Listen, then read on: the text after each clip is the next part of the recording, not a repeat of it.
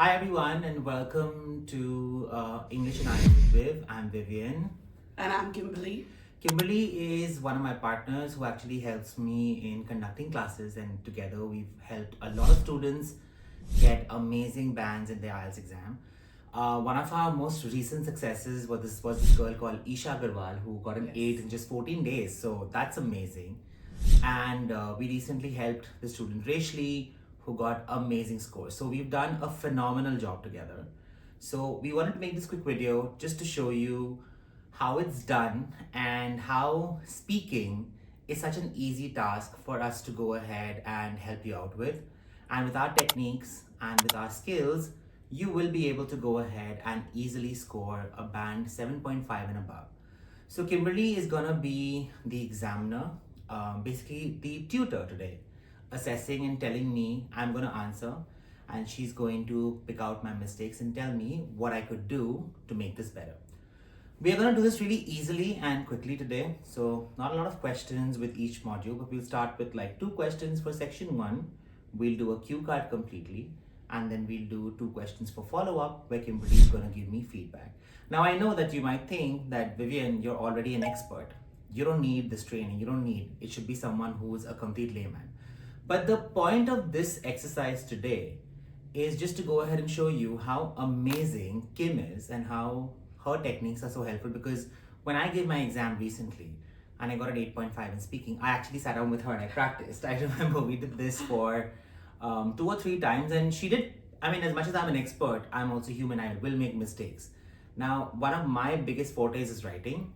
So yeah, so writing and you, I do a great job, but for speaking, Kim just told me a few nuances. I remember you told me that and how it really helped me Correct. get an 8.5. So the stage is all yours. Let's start. We can just directly start with the questions, no? Correct. Okay. So we're going to do a whole demo and how it starts. So we're not going to do the whole intro part, but we're going into the first section of the questions. So just excuse the sore throat today, Vivian. No problem. All right. Starting with the first section, you're going to keep it to the point and you're going to answer in 2 to 3 sentences. All right. Okay. Let's begin. What kind of bills do you have to pay? I'm a working professional, and one of the things that I have to really look after is my groceries and my rent, and the utilities that I generally use at home are the most important bills in my life, among the other things. Great. How do you usually pay your bills? In cash or by any other method? For me, what I would do is I'm more of a cashless person. So for me, paying bills online is a lot easier because it saves you the hassle of carrying cash around with you. Great. Do you want to give me some feedback for this game? Well, I think you use good technical words as per the question that is asked. Your pace is good, your modulation and your intonation is on point. However, I think that you can avoid using the ums a bit. I know in you your said that to me sentences. last time also. Use a lot of ums. And Correct. you know, when I gave the exam, I was so conscious of not using it. But today, because I'm sitting with you and sitting in this beautiful location, it's so easy to just slip into the normal routine. Correct. I think in place of the ums, maybe you can take just a pause for a second or two instead of using that way. Okay. Okay. Let's go to the cue card. Alright. So you're going to be given a minute to think on what you want to say and maybe the idioms you can use pertaining to the cue card that is on your screen. So the cue card talks about describe some food or drink that you've learned to prepare. Okay. Alright. I will take a minute. Mm-hmm. So thank you for giving me such a relatable topic. I wouldn't say that I am someone who's an amazing chef, but I do manage to get by in the kitchen pretty easily. I've been cooking since I was 14. I used to help my mom out in the kitchen because when she had a lot of work, she was a working professional as well. So I used to help her out, especially on occasion days like Easter, Christmas. I'd probably try to just do something for her in the kitchen. So one of the things that I learned how to prepare during that time was this amazing pesto pasta recipe that a little bit of it devised from my mom and some from the internet is what I've learned. So there was this, we had a basil plant at home and we used to get a lot of nuts very easily. One of the things that you need in making a pesto would be pine nuts, but sometimes even we would use cashew nuts, so it was pretty okay like that. Yeah, so we used to get basil leaves from home, pine nuts, a little bit of Parmesan cheese, and make the pesto sauce. And then we just boil some pasta, add it together, add little veggies if you wanted to, and make it into like a really nice spread, and then put it in the oven for a couple of minutes so that the cheese kind of melts and settles in, which is really great. I learned to prepare this in Kolkata when I was around 19 years old, and I added a few more things of my own with the years that went by. I'm 34 now, so that's quite a lot. And yeah, so I've learned the initial bit of the learning process happened on Easter. On Easter Sunday, this is in the year 2010. I'm not sure about the date, but yeah, I learned how to prepare it that day and then started devising and adding a few things of my own. What I really like about the fact that I'm not somebody who likes to experiment a lot with my food. I'm very conventional and I prefer to keep everything just by textbook. But I'm very glad that with this particular recipe, I added some things of my own and I made this into what it is today. And it's one of my signature dishes that if I have a friend who wants to come and spend some time with me, they'd ask me to prepare this pasta for them. And even my kid Ahana loves this a lot. So yeah, so it's great. I think, yeah, so cutting the long story short, this is one of the food items that I learned how to prepare. Great. Just to give you a little feedback, you used one idiom, which was to cut the long story short. Yes, I missed it. So here you could have used idioms like, I get butterflies in my stomach just thinking about the first time you made this or prepared this dish for your mom and dad. Coming to the there were quite a few. Oh, were they? Yeah. Okay. And instead of saying things, okay, so you said I improvised and I added things. So instead of saying that, Ingredients. maybe we could have used ingredients. So you need to be a little specific with the words. And I think you related to the topic, there was a continuous flow in the way you said it because it was a memory. So when we make up topics, it's going to be that much harder to construct a proper sentence. And grammatically, you will end up making errors. So go with something that So you prefer is that memory. it's more of an actual thing than a made up story? I think for people who are a little bit not confident with the language, should relate to something in their past that they can speak about. Maybe it's not their own memory, maybe it's somebody else's, but that is a trick that I tell my students to use. Okay. So that's the way to go. But if you are confident with the language, then definitely be creative and see how it goes. But always first practice on your own. Right? Okay. I mean, this was not a conscious effort. I just spoke because I wanted to be completely natural and not sound like an actual student or a teacher. And that is what we want. Exactly. And that is what the examiner is going to look for. So, But I think that the examiner would want you to come up with a little bit.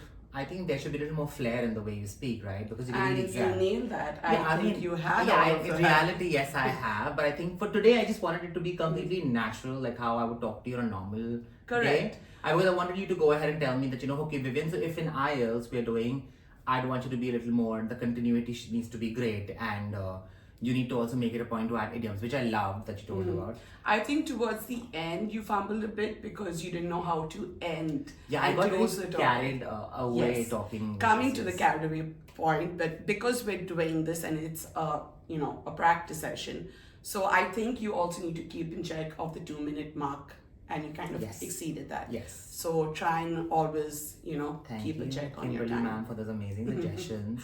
You've already got me an 8.5 once. Maybe I get a 9 from you next We'll time. do it again. All right. Okay, coming down to the last part, and this is your follow-up. So try to be a little bit more elaborative, use words, and less of ums. Okay. Okay. What kind of things can children learn to cook? This is such an interesting question. I think the world is anybody's oyster. You can do whatever you want, but for a child particularly, I think it depends on the child's interest. There are some kids who would not be interested to go to the kitchen. So I think for them, just for them to know the basics, like how to make soup noodles, and maybe for an Indian family, like rice and dal, I think that's important. Dal, sorry. We have this tendency of saying dal in our families. This is how Anglo-Indians talk. I was going to leave it to the correction. Yeah, part. but then, sorry, dal or lentil soup in better English words. Yes, so, but then, okay, I'm going back to this question once again. That's an interesting question. I completely feel that it totally depends on the child's interest and the child's caliber of handling the kitchen. there'll be some kids who would not want to do anything in the kitchen because some of them are scared, some of them don't have the inclination. So for them, I think just the basics, maybe just how to make Maggie, how to make rice, lentil soup, maybe a non-veg item or a veg item, a couple of things just to get by. It's important for them to learn because what if their parents aren't there someday, right? But then for those who are really interested, you should give them the opportunity to experiment like how my mom used to give it to me. And today, I'm not saying I'm the best cook, I'm not as good as you, but at least I know that I can get by in the kitchen with ease. You are a good cook. Oh, thank you. So coming to the question, like I said, well elaborated, used amazing vocabulary here. However, just keep in mind that when we refer to words which are Indian or local terms, we need to explain that. So like you corrected yourself and you said dal. I like the way dal is also Hindi. I don't think we should use that. Lentil soup correct. is fine. So you always explain. So even if you do say a term, always end up explaining. But would you recommend, because I know that there are some items, I know the Hindi word for black kidney beans is rajma, but then because it's the name, so do you think that's incorrect? I think it gives the examiner to understand you're able to explain what it is, and that is a feather in your cap. Okay. So it's a nice way to go about it. All right. Okay. Let's close this into one more question. Sure.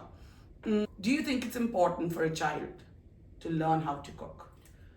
Absolutely. It's really important, as I said earlier in my last answer, that every child should at least know their way in the kitchen and how to get by at least making the necessities. It's extremely important, as there is going to be a time, I think especially in today's day and age, the culture is such that most kids don't stay with their parents. Even in India, most of us are away from our parents once we grow up, right? So, and as much as India has the culture of having maids and we have a maid who does everything for us, I also feel that independence for any individual is of utmost importance. So I think as long as you know the basics of how to make this normal food, day-to-day regular food also is important. Otherwise, if you have the inclination and the child is really interested in doing something in the kitchen, just go for it.